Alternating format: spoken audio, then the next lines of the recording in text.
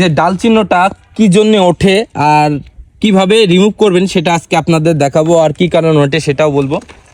এই যে কোম্পানির থেকে আপনার 15, 10, 5 এমন মানে কিলো হলে আপনার এই রেঞ্জ চিহ্নটা ওঠে, মানে সার্ভিস চিহ্নটা ওঠে। তো এটা কিভাবে রিমুভ করব সেটা আপনাদের বলবো।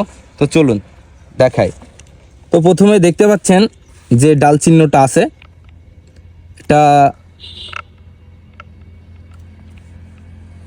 এই যে টোটাল রেঞ্জ, টোটাল কিলো এই জায়গায় আনবেন, ঠিক আছে। এনে এই যে দুটা বাটন টিপে ধরে রাখবেন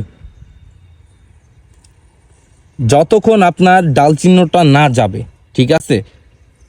যতক্ষণ ডাল চিহ্নটা না যাবে ততক্ষণ এই দুইটা বাটনে টিপে ধরে রাখবেন। তারপর দেখবেন যে ডাল চিহ্নটা রিমুভ হয়ে যাচ্ছে, ঠিক আছে। তো দেখেন, হ্যাঁ, তো দেখতে পাচ্ছেন ডাল চিহ্নটা আর নেই।